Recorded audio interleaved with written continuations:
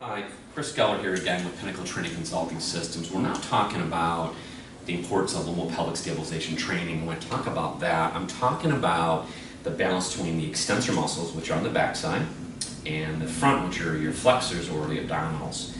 And really there's three parts of that. There's the internal layer, which we talk about anatomically, which we did in previous videos, which I'm going to review. If you can see inside here, this is the disc.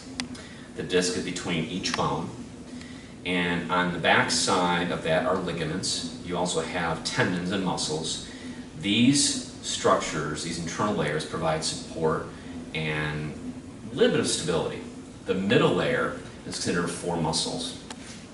It's the transverse abdominis in the front, the obliques that come from an angle, the multifidus, which goes from the sacrum all the way to the occiput, and then the quadratus lumborum, which goes from the 12th rib to the iliac crest.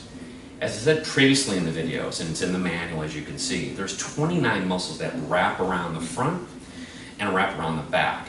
But the four that I'm talking about today, four I've talked about in the course, and hopefully this clarifies. These four horsemen, their role and their job is to provide stability in the front and the back. As previously I've said, when someone has a low back injury, typically the transverse abdominis, which is, again, coming from the side here, is almost shut off like a valve. And the reason why, Paul Hodges did this research out of Australia, is that neural input from the brain here, there's a disconnect. So as a therapist, I want to train those patients to get to that firing again. So that's one thing I wanted to say. The obliques provide stability on the side. That's that side support which does unilateral side bending. The multifidus, which again is from here, from the sacrum all the way up to this occiput, is a small muscle that provides support and stability. And studies by Hodges, by Guanjal, and others, someone who has chronic low back pain, the multifidus is not working efficiently. As a matter of fact, they're not contracting it and they're using other muscles to compensate. And the QL, which goes from the 12th rib to the iliac crest, is typically tighter and weaker. So if someone has tightness in the QL and they have trigger points, which remember are little clumpy balls where there's a lot of irritants inside that develop from compensation, that can cause pain down in the buttock area. If it's on the lateral over here, it can cause pain on the outside. That's been studied by Travell and Simmons, it's studied by Vladimir Yanda, and we've talked about how to assess the QL in the previous videos. We've talked about how to stretch that. Something you need to look at your clients, which I think is really important.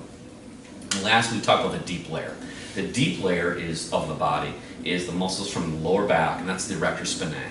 In the manual, you'll see that it's a large group of muscles go from the sacrum all the way up to the occiput. So that's the deep layer. So there's three main layers. The internal layer, which again is inside, discs, ligaments, soft tissue, connective tissue. Middle layer, which we talked those four horsemen. Then the back side, and on the front. And then we talk about the deep layer, which is the erector spinae. So last, we talk about the core. The importance of the core. You know, I can't stress it enough. It's in the manual. We hear it all the time. Why do we do core strengthening with our clients or our patients? Because everything comes from here. Whether it be hitting a baseball, whether it be moving from sit to stand, whether it be getting out of bed, everything comes from the lumbopelvic junction. So if this is weak, the periphery, which means the legs and the arms, are going to be weaker. If this is weak, this is the rest will be affected. We've already talked about previously that the weak links of the lower back are the PLL, the discs are situated more backwards, and basically the tissue, the muscles down here are even thinner and weaker than the front. So that's more of a reason why we want to work on understanding the core. We've talked about how to assess it previously. You have some great techniques how to assess it, and we've talked some exercises to strengthening as well. And next section we'll continue on with some more integrative training principles and move forward.